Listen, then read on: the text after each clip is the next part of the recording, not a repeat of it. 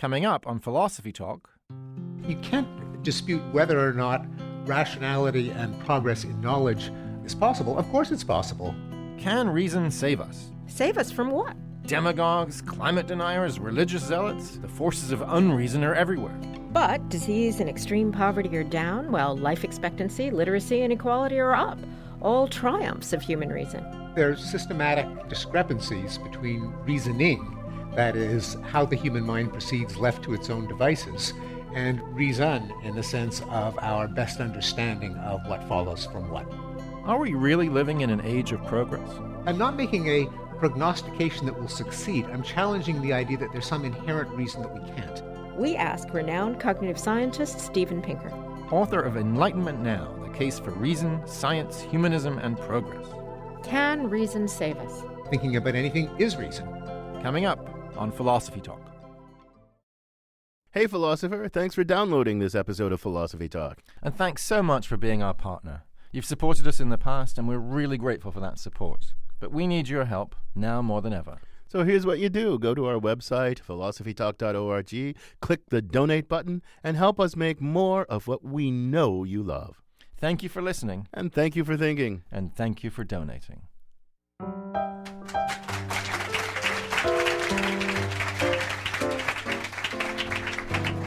Holding hands at midnight, 'neath a starry sky. Nice work if you can get it, and you can get it if you try.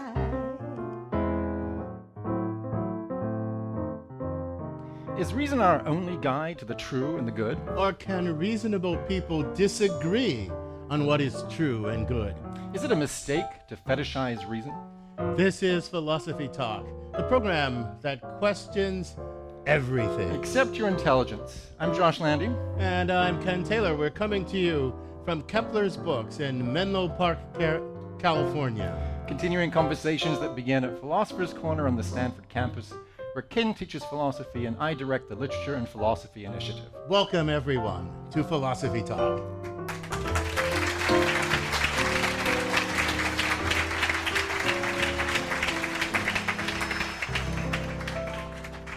Today, we're asking, can reason save us? Save us from what? Well, the demagogues busy trying to undermine democracy, climate deniers, addicted to fossil fuels, religious fanatics who see unspeakably evil acts as like their ticket to paradise, Josh. The forces of unreason, they're everywhere. Forces of unreason. You sound like some kind of Manichaean, like you think there's this cosmic battle of the forces of darkness and the forces of light. Well, yeah, of course there is. Well, okay, so if you see it that way, at least it might come as some comfort to know that those forces of darkness have been losing ever since the Enlightenment. Come on, how do you explain the current political situation in the United States, or Brexit in your own homeland, or the mess in the Middle East? How do you explain all that then? Yeah, okay, but take a longer view. I mean, think about the abolition of slavery, the rise of democracy, the defeat of fascism, colonialism, Stalinism, or not to mention progress in science, technology, medicine. I mean, all these things are triumphs of reason, Ken. Yeah, Josh. But take the Nazis, for example. They weren't argued out of existence. They were bludgeoned to death, dude. All right, look, the forces of reason sometimes need help from other kinds of force. I grant you that. Yeah, like the force of arms. By the way, without the Red Army, Stalin's Red Army, Hitler would have never been stopped. So I want to ask you, why did you put communism on your list of defeated horribles? Well, Stalinism, Stalin was a monster. Oh, yeah, but Marx, he was as much a man of the Enlightenment as that you so admire, I know, as Adam Smith or Immanuel Kant. I mean, look, he believed in scientific rationality. He was opposed to religious dogma. He was a huge advocate for human dignity, so... Yeah, well, Marxism is wonderful in theory. It's a great theory.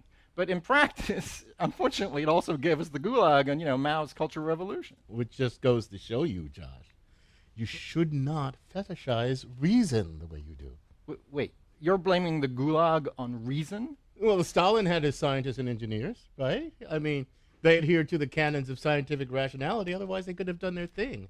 I mean, he had this huge collection of party apparatchiks. They managed a sprawling state. How do you think they did that? by standard bureaucratic rationality.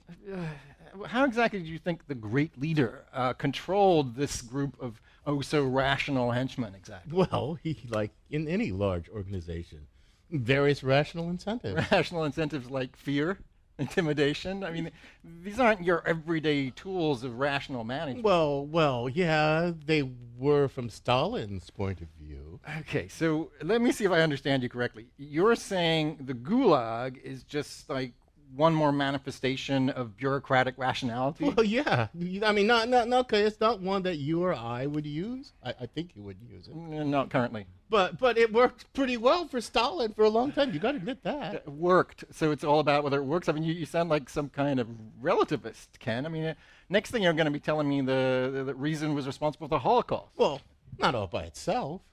But surely, who could possibly deny that reason played a major role in the Holocaust? Who could deny that? Me.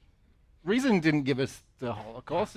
Virulent anti-Semitism did, Ken. I mean, look, if you're the kind of person who sees Jews as cockroaches fit only for extermination, there's something wrong with you. You're not using your reason correctly. I see your problem. Here's the thing. You're not aware that unfortunately, I mean, it really is unfortunate, reason doesn't and it can't tell us what to value. It just takes whatever we value, you know, wherever they come from, it takes them as given, and then it tells us how to build a world in accordance with those values. So yeah, here's the very sad fact.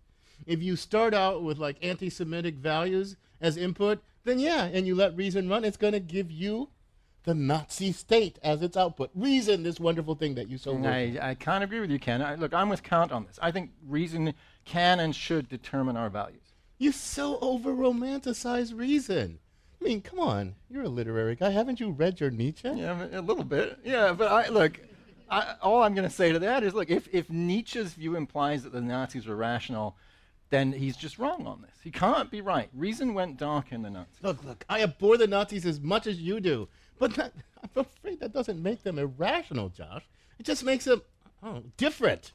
Different as in evil. Well, yeah, okay, evil. Yeah, different as in evil. I agree with you. Well, thank goodness for that. Okay. But look, I think you're still vastly underestimating reason. I think that's the mistake you're making. And I think, look, if we're going to be saved from those things you were mentioning a moment ago, reason's our only hope. Here's what I will concede. Before we get to decide who gets to keep these lovely words, reason, rational, reasonableness, all that stuff. But you know what? These words have always been contested. They were even contested during the Enlightenment. Hume on one side, Kant on the other. And that's why we sent our roving philosophical reporter, Liza Veal, to give us a sense of how contested they are even today. She files this report.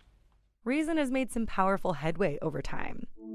We don't burn witches at the stake for sport so much anymore. But are we becoming more reasonable, or is our unreasonableness just evolving with the times, taking new forms? Go down the rabbit hole and I'll show you how far it goes. This is Alex Jones. His alternative news website, InfoWars, gets 10 million monthly visits, making it more popular than The Economist and Newsweek. Everyone's having their water poisoned. Everyone's having deadly vaccines pushed on them. Everyone is having weaponized television aimed at them. Pizzagate is real. Sandy Hook is a synthetic, completely fake. Vegas is as phony as a $3 bill or as Obama's birth certificate. The attacks in Orlando were a false flag terror attack. That's what a false flag is, and we've never had one so open and shut as Oklahoma City. I am the person that popularized the term false flag. Or, for a different flavor of the modern-day person's imperviousness to reason, there's Gwyneth Paltrow's wellness company, Goop. Today on the Buzz List, interesting items from Gwyneth Paltrow's website, Goop. Coming in at number 3, Psychic Vampire Repellent. This sprayable elixir combines gem healing and aromatic therapeutic oils to banish bad vibes and bloodsuckers. Coming in at number 2, the Darwin Jellyfish Tank for $1,600. You can house your own jellyfish, but again, it is sold out. However, you can rent one for $352 per day. Despite being called dangerous by Truth in Advertising and paying out to consumer protection lawsuits, Goop has an estimated annual revenue of $20 million. We want to believe. It's a lever that easily overpowers cognition. And political pundits know this. We've all learned by now. Appealing to an audience's favorite beliefs is essential. but reasonable discourse is expendable. So let's just take a second to listen to how the discourse is sounding. You're not answering the Loud at the question. law, lied about it. I am answering it. Kellyanne, that's not what I asked. No one's those who- questioning. All right, Kellyanne, can I just keep us on the rails here for just a second? Because You did not answer the question. He thought, What oh, no, no, did no, he that's say? very What, that's the important. He question. told What's the Vladimir answer? Putin- You did not answer the question. Now we're all I know you like to about- pivot. I get it. Are you interested in having Sharia law in America as law? Who is? Yeah. Islam. What about you? Islam. No, are you? No. Okay, are you? Show me where they're This is a making headway national anywhere. movement.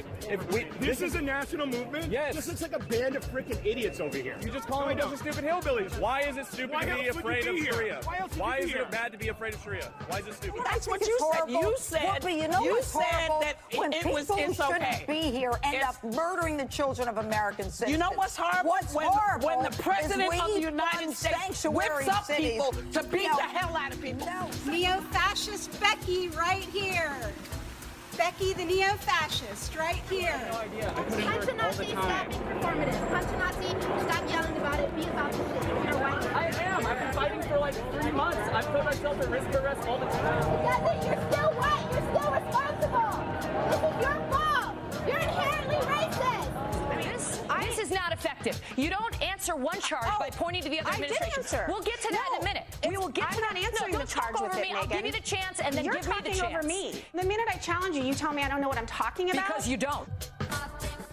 I understand the intensity. The stakes are high when it feels like your team is fighting for a little control over the world before the others ruin its chances. So we retreat into our atomized information economies and sling mud when we can. The chaos and mistrust wouldn't be so tragic if the people who control the economy didn't find it all so perfectly useful. For Philosophy Talk, I'm Liza Veal. Thanks for that uplifting tour of the rational landscape, Liza. I'm Ken Taylor, along with my Stanford colleague Joshua Landy, and we're coming to you from Kepler's books and Menlo Park. Our guest today is a professor of psychology at Harvard University and a world-renowned cognitive scientist. He's the author of Enlightenment Now, The Case for Reason, Science, Humanism, and Progress. Please welcome to the Philosophy Talk stage, Steven Pinker.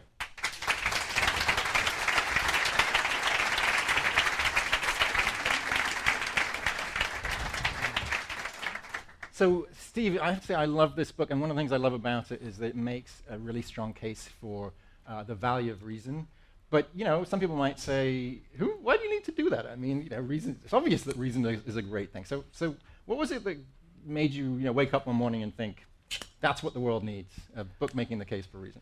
The main inspiration was coming across data sets showing that, contrary to popular impressions, there has been an enormous amount of progress in the human condition. People are living longer, they are living safer lives, they are less likely to be poor, less likely to be illiterate, less likely to die of disease and hunger.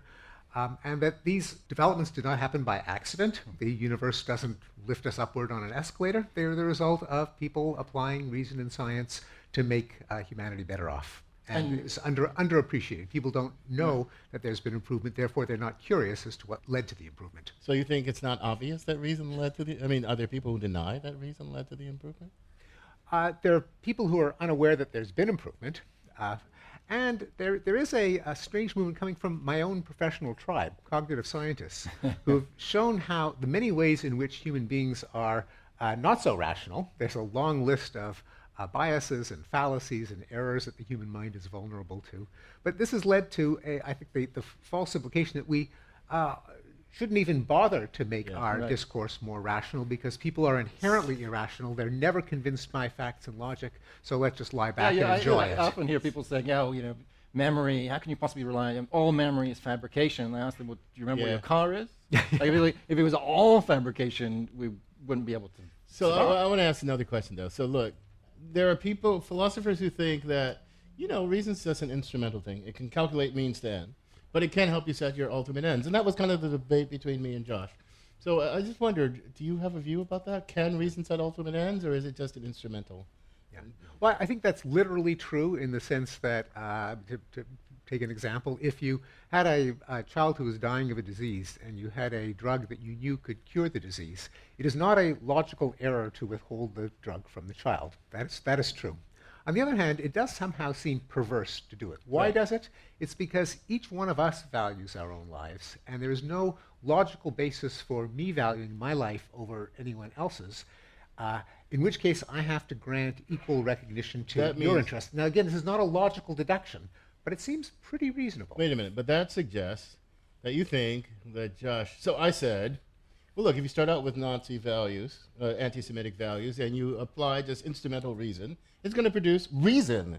Is going to produce this Nazi state. It's going to be managed by instrumental reason and all that sort of stuff. He says, no, that can't happen because reason won't let you have those Nazi values. I mean, well, for one thing, the Nazis actually did believe in a large number of unreasonable things, together with their repugnant value of not valuing Jewish lives. They believed that Jews stabbed Germany in the back, and that's what ended World War I. They believed that the Jews were a biologically different species whose blood would contaminate Gentiles. A number of beliefs that are factually incorrect. In addition, the fact that they would jail or shoot people who disagreed with them is ipso facto evidence that their belief system was not based on reason, because if it was, they'd be happy to let the argument proceed because they'd win the argument. And they're clearly using the tools of irrationality. You look at footage of Hitler giving those speeches, you don't think, well, that's a rational guy. Like they're clearly his problem is he's been reading too much analytic philosophy. well, he's crazy. No, Hitler's crazy. But he's not just crazy, he's also exploiting irrational tendencies on the part of the Irrational people. tendencies. Yes, irrational tendencies on the part of the people He was pretty good at adjusting his.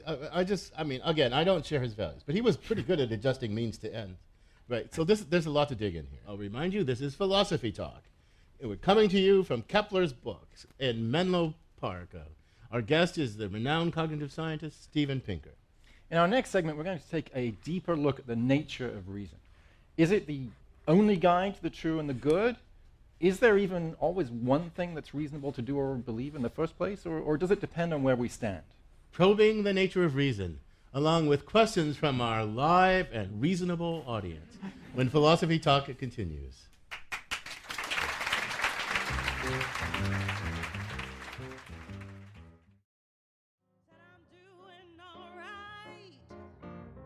Getting good grades, future so bright.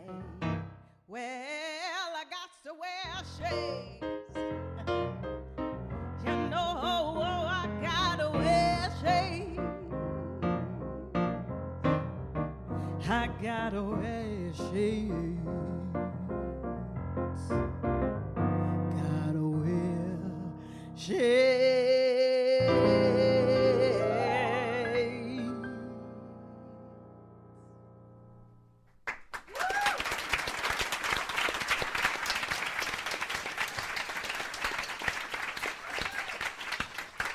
Thanks to our musical guests, Tiffany Austin and Adam Schulman.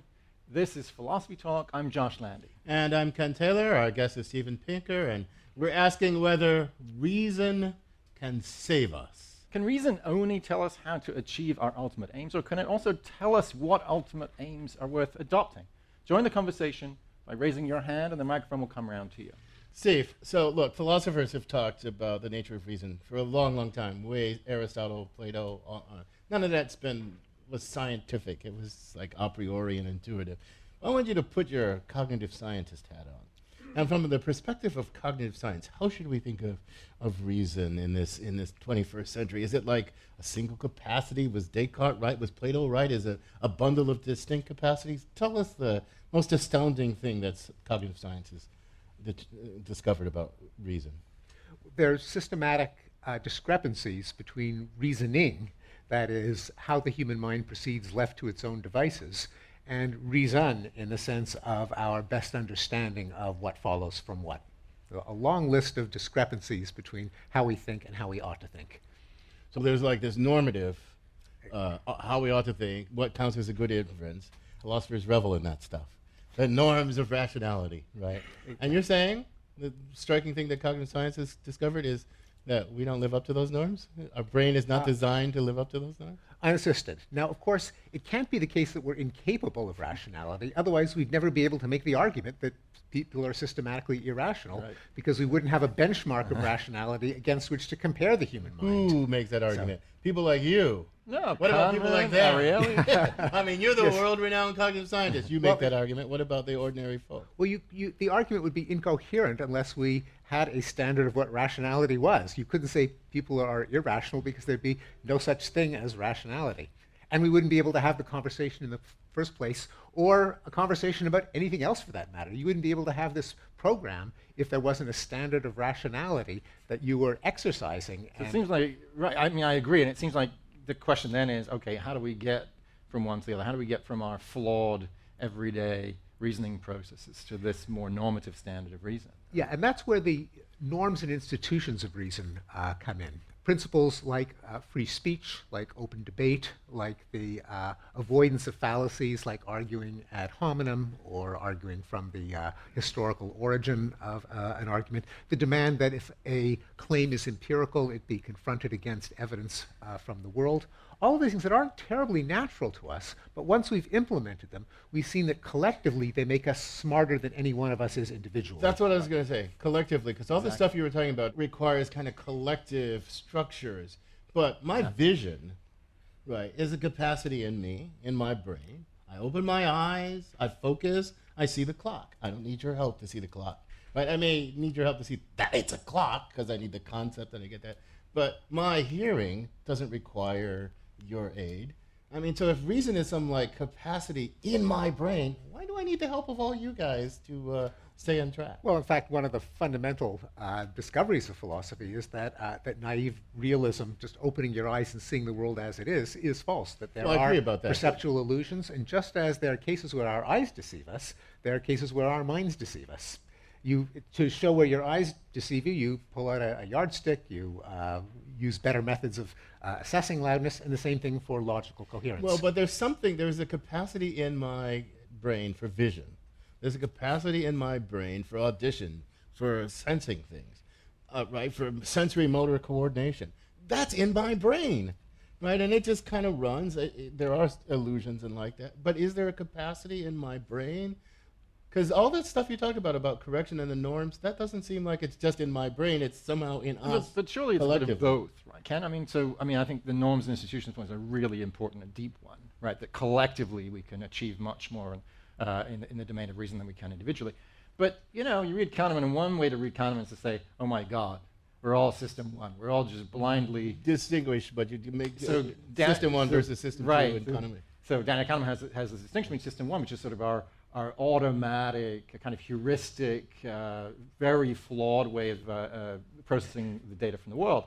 But we also have system two, which is our reasoning capacity, where we can actually reflect on that and say, oh, well, boy, this straw in my drink looks bent, but I guess maybe it isn't actually bent. Yeah. So I can apply a reason. So, I tend to agree with Steve that even at an individual level, we're not doomed because we've got our system two. So even you as like that? I mean, do you like this distinction? There are people who don't like the system one, system two distinction, but are you one who likes it or dislikes it? Yeah, I think it captures something about cognition, and I would just add that the system two works not just because we can put on our thinking caps and sit back and reflect and ponder slowly, but also we have social institutions, such as the fact that if we make a claim, someone else can disagree with us and we have to defend it. Right. Or if it's an empirical claim, we're called on to give evidence, to do experiments, to consult data. So it's the social institutions that our system two recruits in the first place and insists on applying that make system two effective. So if I were to try to ask, well, what actually is this capacity for reason?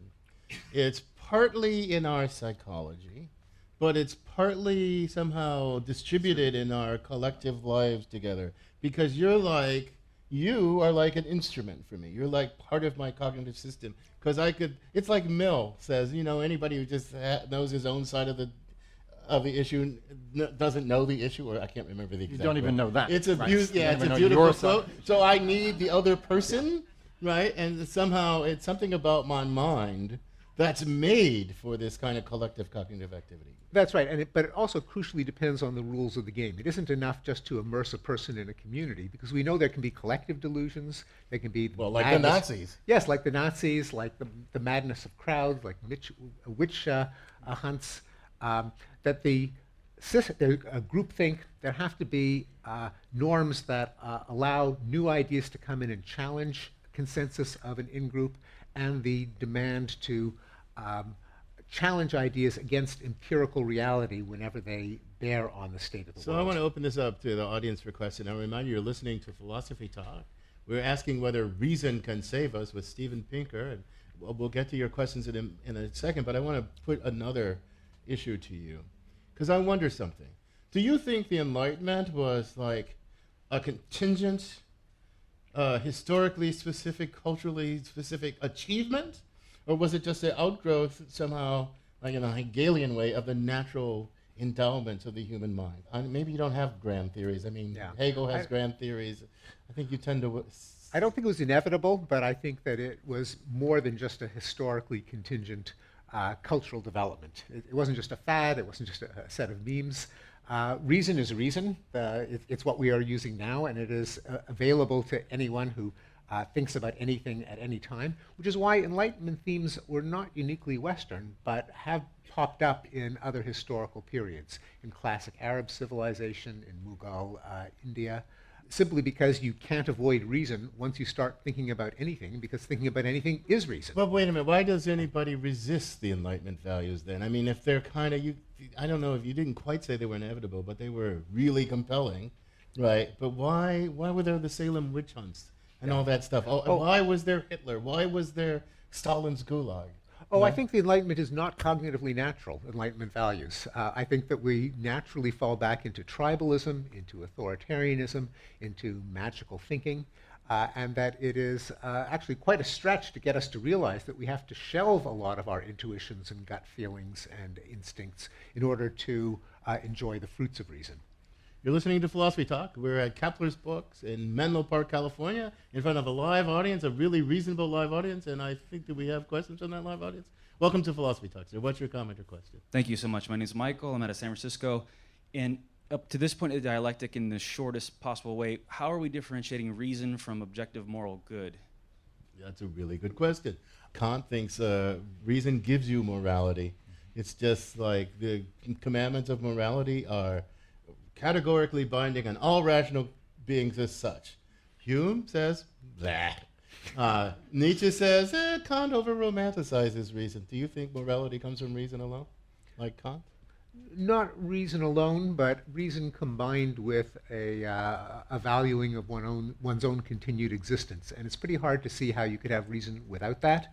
So I don't want to say that it is a logical implication, but I would say it's a short step. But that's all you need? You only need reason plus valuing of your own continued existence? Well, and you need a community of people in discourse. Your own well-being has to hinge on the existence and behavior of other people. Right. That is, you have to have a motive to persuade them of something. Once you do that, it's very hard to persuade them that your interests are special because you're you and they're not. There's nothing magical about the pronoun I, as I think it was Sidgwick who said. Yeah. Well, I can imagine somebody saying, well, why should I? And when I say to people, gosh, I'd rather drive this huge truck even though it's polluting the environment. And they say, well, you really shouldn't do that. I mean, you got to think of the future generations. Why should that person listen to them? Because after all, aren't there cases where we shouldn't? I mean, that's a case where we probably should listen to the community. But if I'm saying, don't burn that person because you think she's a witch, and they're saying, no, we all agree. That's a case where, so why should I listen to my community?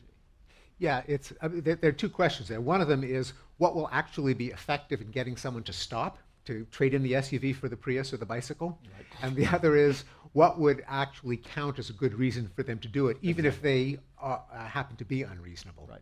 So the first is a matter of persuasion. It's a sort of a psychological question. The other is more of a normative question. Right, and I'm more interested in the normative question. Yeah. Well, the normative question is, well, would you agree to, if previous generations had done something that ruined the environment, that prevented you from living the life that you would like to live, could you justify that? And if not, if you would object and say, hey, you living 100 years ago, what you did was wrong because of the way it affects me, then you can't turn around and say what I'm doing now is okay, even if it hurts generations subsequent to me. We've got more questions from our audience. Welcome to Philosophy Talk, sir. Hi, I'm Domas from Lithuania. I wonder, how do you reach the unreasonable in the modern age when they have the modern witch hunts on Twitter and other forums, and how do you make them change their minds instead of them, getting rid of you? Good question. What do you think, Well, Steve? How will I change the world? Yes. I don't know the answer, but one book at a time. one book at a time. I don't know how you can accomplish what we know has been accomplished, namely that in many regards, the society as a whole has gotten more reasonable. We, even in the fever swamps of the right, there is no move now to reinstitute Jim Crow laws or laws against homosexuality. Most people, when their child gets sick, they don't call a witch doctor, they don't have an exorcism, they really do take them to a doctor. Most people don't believe in unicorns. So there are ways in which somehow the society has changed through the proliferation of ideas, sometimes from the top down, sometimes through social shaming, sometimes through practical effects that everyone can see. But let me give you a view. I don't know if I believe it, but it seems to me plausible. Okay, there are a lot of I'm going to call them the cognitive avant-garde. The cognitive avant-garde do science and create new things, and they are the leading edge of reason's future. Okay. Now, here's one thing about being a social human. A lot of us get the free ride on the cognitive avant-garde, right? I mean, I'm no Einstein, but I understand physics.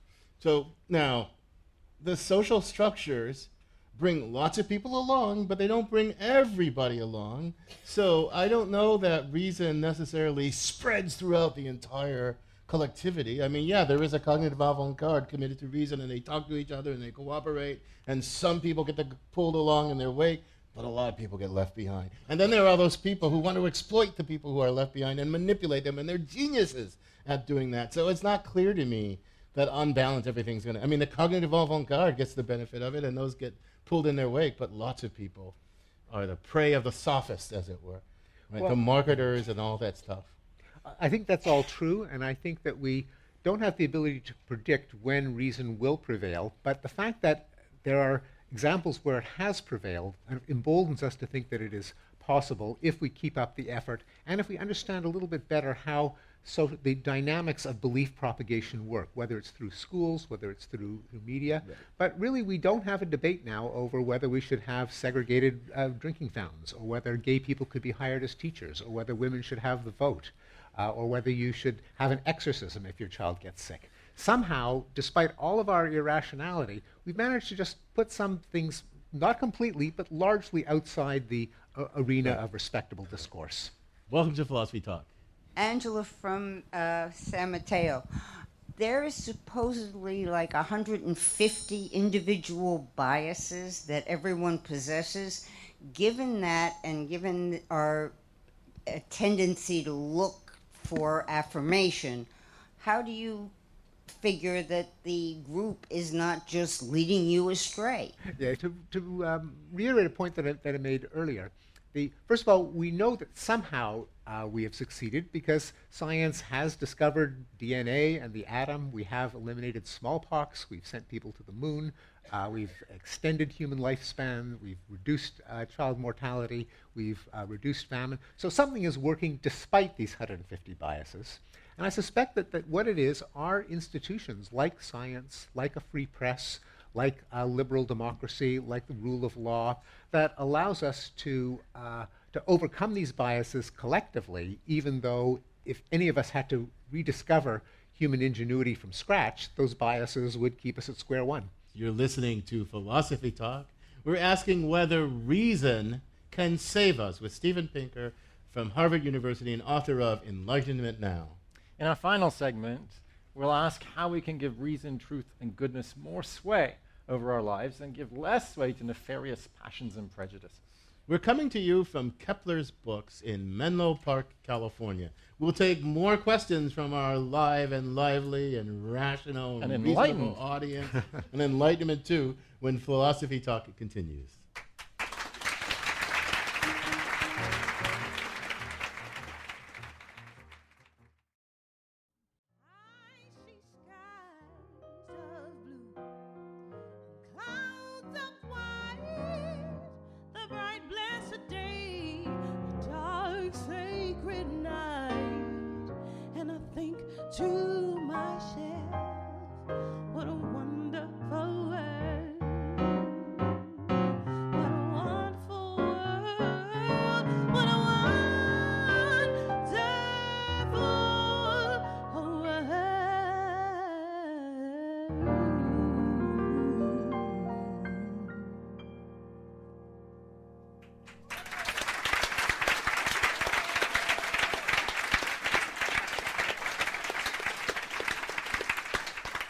Thanks again to our live musical guests, Tiffany Austin and Adam Schulman. I'm Josh Landy, and this is Philosophy Talk, the program that questions everything. Except your intelligence. I'm Ken Taylor. We're asking whether reason can save us with Steve Pinker from Harvard University. Steve, I want to go back to the question, how can even perfectly rational individual cognizers rationally going about it, it doesn't necessarily add up to a rational collective decision. I think this is one of the hard problems of the 21st century. So what do you think? Yes, no, we obviously can't optimize everything. Everyone's preferences, or is even any criterion by which everyone's preferences can be simultaneously optimized. On the other hand, you can't dispute whether or not rationality and progress in knowledge is possible. Of course it's possible. We've eliminated smallpox. We've sent someone to the moon. We've invented the internet and the smartphone and extended human lifespan. So something has improved things, even if it hasn't optimized That's things. right, but still, take a problem like global warming, which is a collective action problem, right? Which I can't just come up. I suppose I could have the killer technology that solves it, but that's, if the tipping point gets too long, I got to make people adopt and use that technology and all this stuff. Right, so we've got these collective action problems, and the difference between now and before is that we have impacts on a global scale, but we don't really have global institutions, or at least not adequate global institutions, that coordinate us all. So I don't know, I think we could be headed for deep disaster, even if we're all individually perfectly rational. If I can add to that, just to try to make it a little worse for you. Okay. I'm a big fan of reason, as you are, but I have a worry in this particular case. The worry would be, well, in all the other cases you're talking about, there isn't really a tension between the kind of progress that comes out of these Enlightenment values and institutions. But here, it seems as though the progress depends upon technological advancement that is causing climate change.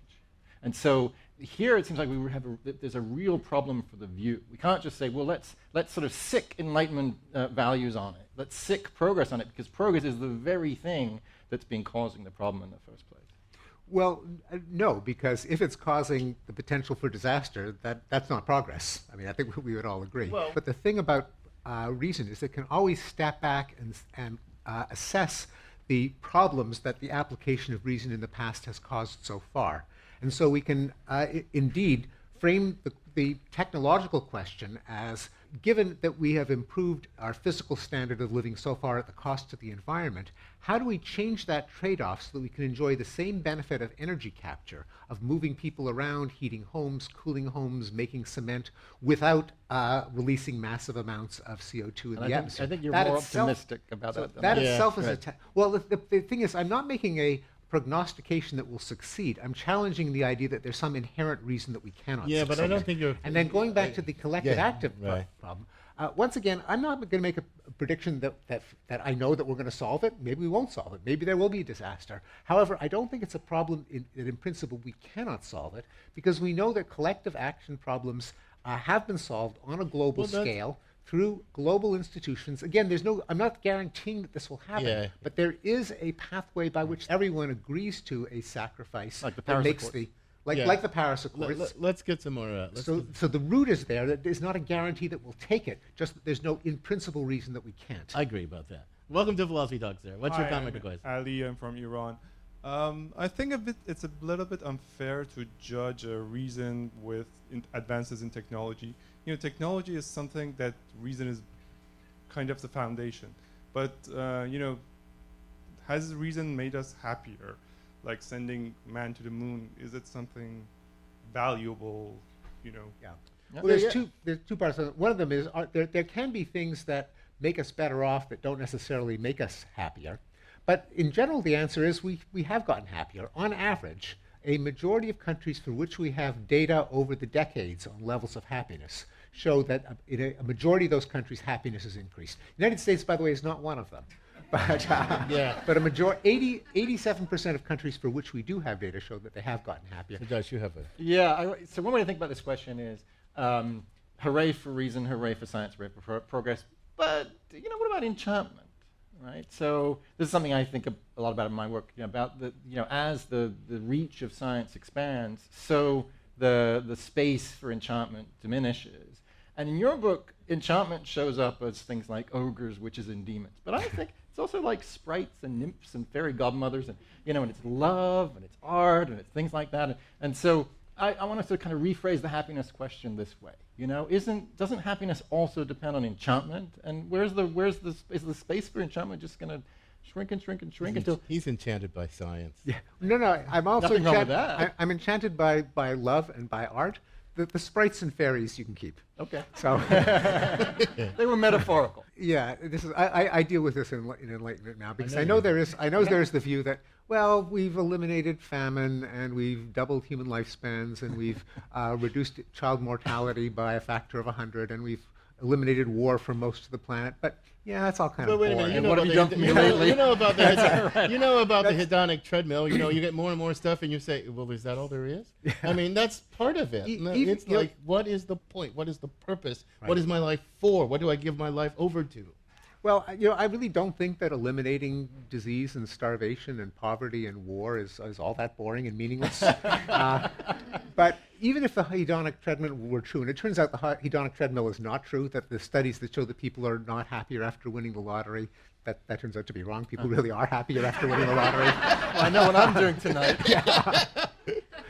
Even if that were true, living to the age of 80 is better than living to the age of 30. Okay, that's true. That's true. But the question, I do agree that we need to have a more heroic narrative of the fact that we are eliminating child mortality and we are reducing war, and how you can restore the sense of purpose and nobility and heroism and excitement to things like world peace and, say, achieving the United Nations Sustainable Development Goals. Now, maybe that doesn't get the blood pumping, but it could if properly advanced and framed. Okay, so Steve, I want to do something that we do from time to time here on Philosophy Talk. We're going to make you czar of rationality. You have these plenary powers, and you get to change whatever institutions, whatever laws, whatever practices, educational practice, whatever you like. Nobody can resist it. So your task is to make reason govern our lives more and passion and prejudice and bias less. So what are you going to do in your day as czar? I guess force people to defend their beliefs against people who criticize them. You're going to play John Stuart Mill, in other words. That would be a good start. And I would advance the norm both in education and in intellectual discourse in general, in op-eds, in political debates, that you have to justify your beliefs about the world by citing evidence and with statistical sophistication. That is, you can't allow yourself to fall prey to the biases that Amos Tversky and Daniel Kahneman have shown. That I like the czar a lot. I like this, yes. You're going to send everybody to our university. Right. What are you going to do? But to me, I don't know if it's the same point, but I feel like there's a connection to another point that you make. I think brilliant. For me, it's actually the core point of the book, that there's too many Eeyores, saying that everything's terrible and there's no progress. And one of the things I love is that you point out the great danger of that way of thinking about things, that it leads to apathy or even to really weird political choices. I won't talk about 2016. And so a great thinker once said that the statement "I refuse to be deceived" could be the best way to deceive yourself. Yes. This is where these people are. They're so obsessed with warding off potential deceit that they can't believe anything. By the way, that thinker was Nietzsche. Yeah. So what do you do as czar about that? What do you do about the Eeyorism? It's just this kind of almost professional cynicism about the world. Well, I think you have to hold people when they make a claim about things getting worse to citing data, and to call them on the fallacy that something bad is happening now. Therefore, things have gotten worse. Right. Now, that's an error in arithmetic. You cannot make a claim about a trend from one data point. Right. You have to at least look at one other point in the past. Just holding op-ed writers to the standard that before you say something's getting worse, you have to compare now to some earlier period of time. Right. That would get rid of some of the Eeyorism. So, Steve, on that note, this has been a fascinating conversation. I'm not sure if reason can save us, but it's been fun thinking about it. So thank you for joining us. Thank you. Thanks very much, Steve. Thank you.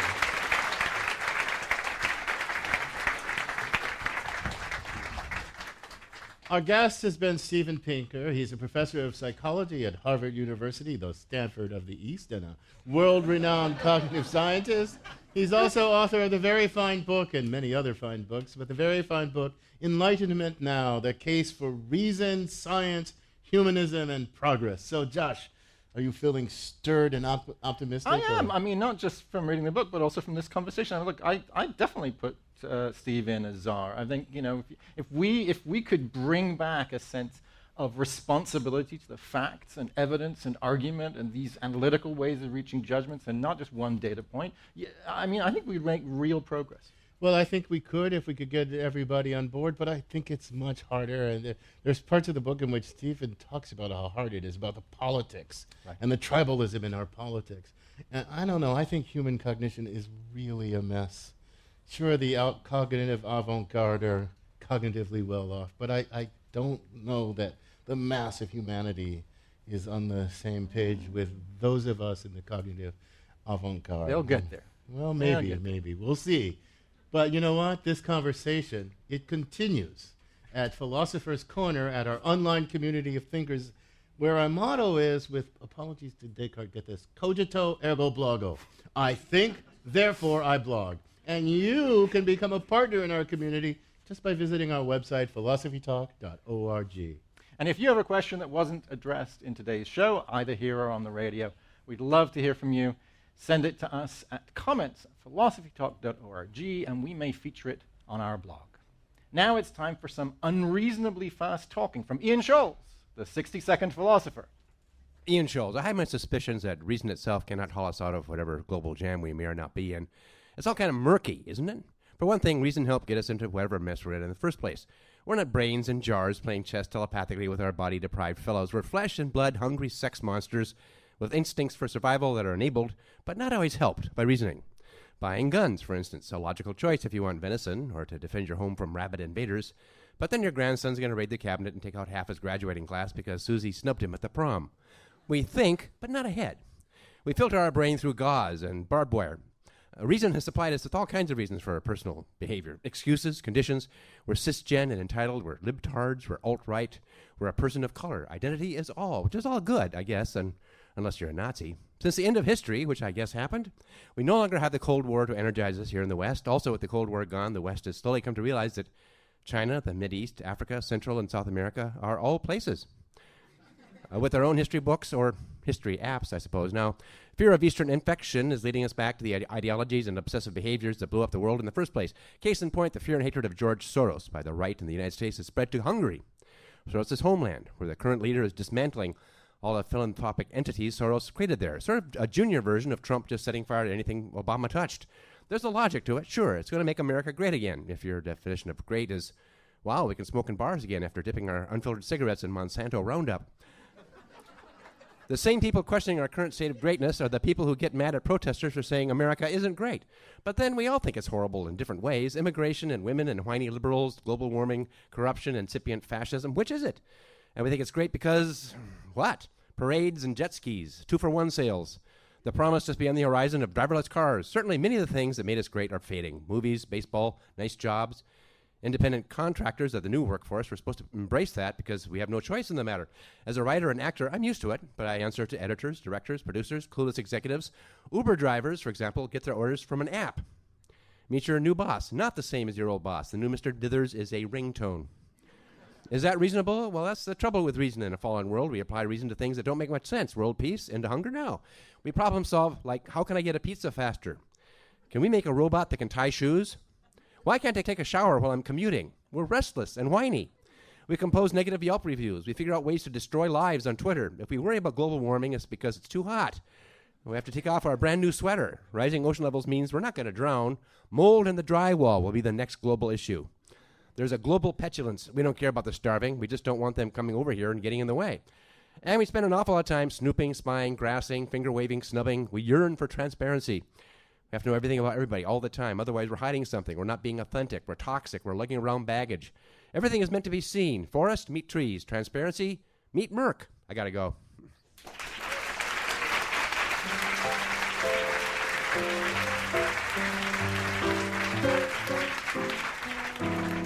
Holding hands at